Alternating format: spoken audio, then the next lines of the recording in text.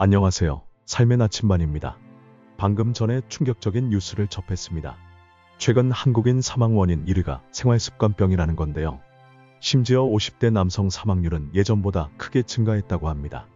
혹시 여러분, 나는 담배 안 피우니까 괜찮겠지라고 생각하고 계신가요? 최근 국내 한 유명 대학병원 연구팀에 따르면 흡연보다 더 위험한 일상습관이 무려 3가지나 있다고 합니다. 이것 때문에 40대 남성들이 갑자기 쓰러지는 사례가 증가하고 있다는 보고가 있습니다. 제 친구 중에 40대 초반, 담배는 전혀 안 피웠는데 갑자기 심장마비로 쓰러진 분이 있어요.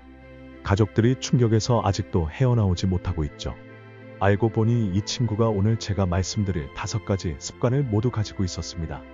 오늘 이 영상은 가족을 사랑하는 모든 남성들, 그리고 남편과 아빠가 오래 건강하게 살기를 바라는 모든 분들께 꼭 필요한 내용입니다. 마지막 습관은 대부분의 남성들이 무심코 하고 있지만 그 위험성을 전혀 모르는 것이니 끝까지 꼭 시청해주세요. 1. 과도한 음주. 회식 자리 한 잔만 더가 모여 결국 소주 한 병이 되는 경우 많으시죠. 이게 얼마나 위험한지 아실까요? 최근 국제의학저널에 발표된 한 연구 결과에 따르면 주 3회 이상 음주하는 한국 남성은 심혈관 질환 발병률이 비음주자보다 상당히 높았습니다. 일부 전문가들은 이것이 하루 10개비 이상 흡연하는 사람보다도 위험할 수 있다고 경고합니다.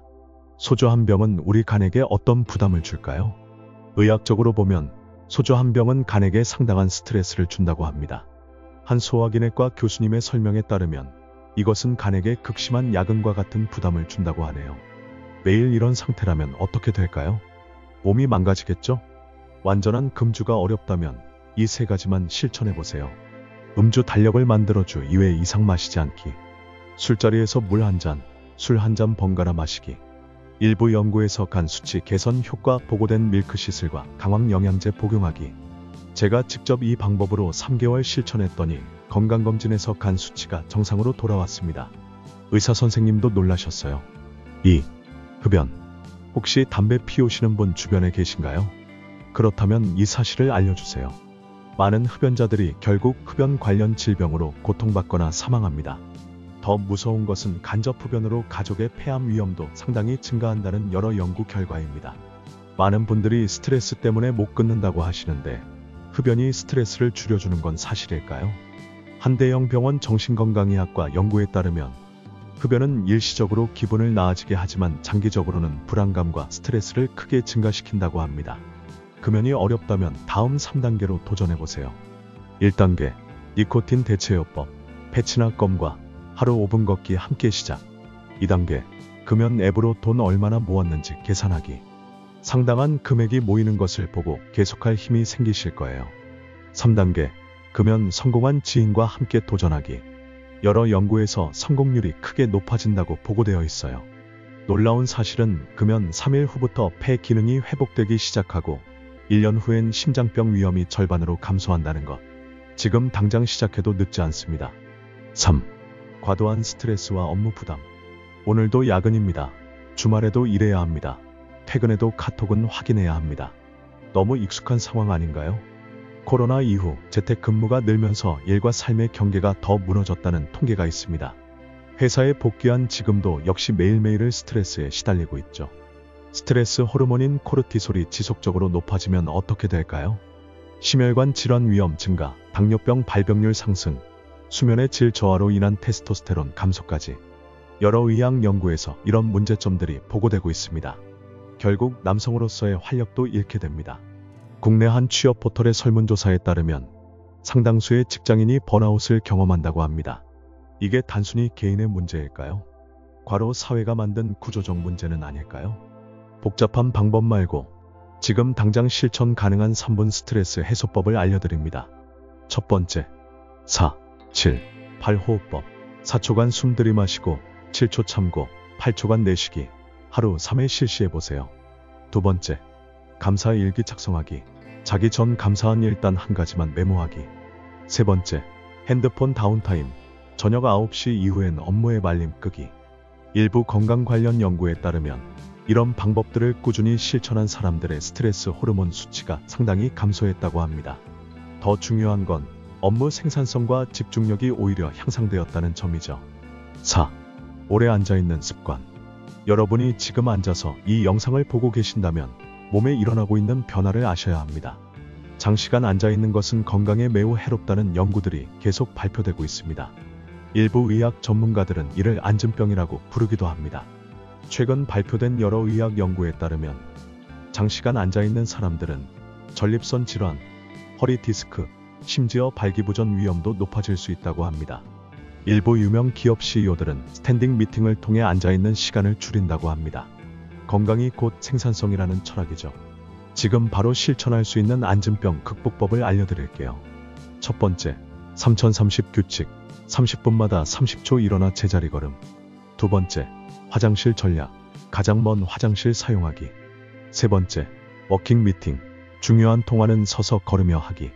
네 번째, TV 운동, 광고 시간에 스쿼트 5개씩 하기.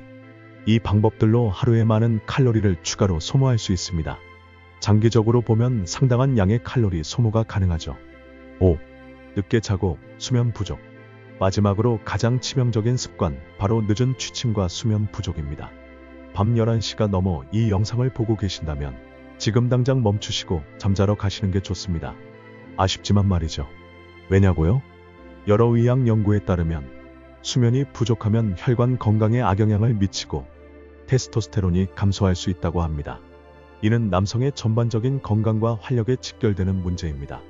한국 사회에 늦게까지 일하는 게 미덕이라는 문화가 우리의 건강을 망치고 있습니다. 미국 애플 직원들의 평균 퇴근 시간은 오후 5시 30분인 반면 한국 직장인의 평균 퇴근 시간은 오후 7시 30분이 넘습니다. 이런 환경이 수면 부족으로 이어지고 결국 건강에 적신호가 켜지는 거죠. 수면 부족이 미치는 영향이 얼마나 심각한지 아십니까? 일부 연구에 따르면 충분한 수면을 취하지 않고 운전하는 것은 상당히 위험하다고 합니다. 마치 약간의 알코올을 섭취한 후 운전하는 것과 비슷한 위험성을 가진다고 하네요. 반면 충분한 수면은 놀라운 효과가 있습니다. 규칙적으로 충분한 수면을 취하면 심장병 위험 감소, 면역력 향상, 테스토스테론 자연 상승 등 다양한 건강상 이점이 있다고 합니다. 심지어 일부 연구에서는 충분한 수면이 체지방 감소에도 효과적이라는 결과도 있습니다. 지금부터 수면의 질을 높이는 황금 수면법 3단계. 1. 90분 법칙. 취침 90분 전 블루라이트 차단, 휴대폰 TV 끄기. 2. 15분 루틴. 잠들기 전 15분은 독서나 명상으로 뇌 진정시키기. 3. 36도의 법칙. 수면 환경 온도 조절, 미지근한 물로 샤워하기. 제가 이 방법으로 한 달간 실천했더니 아침에 알람 없이 일어나게 되었고 낮 시간 집중력이 놀랍게 향상되었습니다. 수면의 질은 정말 삶의 질과 직결됩니다. 추가 건강 루틴도 말씀드릴게요. 이제 5가지 핵심 습관 외에도 건강을 완성하는 퀵 솔루션을 알려드립니다. 40대 이상이라면 연일의 전립선 검사와 대장암 검진은 필수입니다. 죽음의 문턱에서 돌아온 유명 개그맨 A씨도 정기 검진 덕분에 초기에 발견했죠. 20번 씹기 챌린지를 시작해보세요. 한 연구에 따르면 천천히 씹는 사람은 빨리 먹는 사람보다 체중이 적다고 합니다. 하루 2회 물 마시기로 신장 결석 위험 감소, 피부 노화 지연, 심지어 남성 호르몬 분비도 촉진됩니다. 물통에 시간별 눈금을 그려두는 것만으로도 실천율이 높아진다고 해요. 다리 꼬지 않기, 엉덩이는 의자 깊숙이, 모니터는 눈높이로. 이 3가지만 지켜도 허리 디스크 위험이 크게 줄어듭니다. 일주일 3번, 30분씩. 유산소와 근력 운동의 조합이면 충분합니다.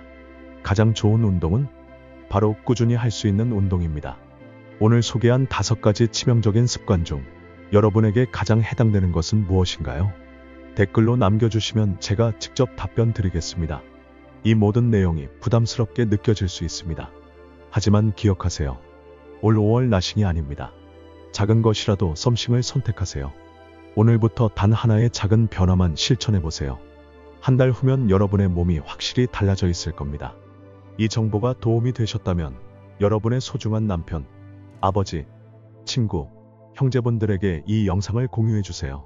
한 사람의 작은 변화가 가족 전체의 행복으로 이어질 수 있습니다. 다음 영상에서는 김희신 박사님이 알려주시는 한국인의 90%가 모르는 치매의 진짜 원인을 알려드리겠습니다. 구독과 알림 설정 부탁드립니다. 삶의 나침반은 여러분의 건강한 삶을 진심으로 응원합니다.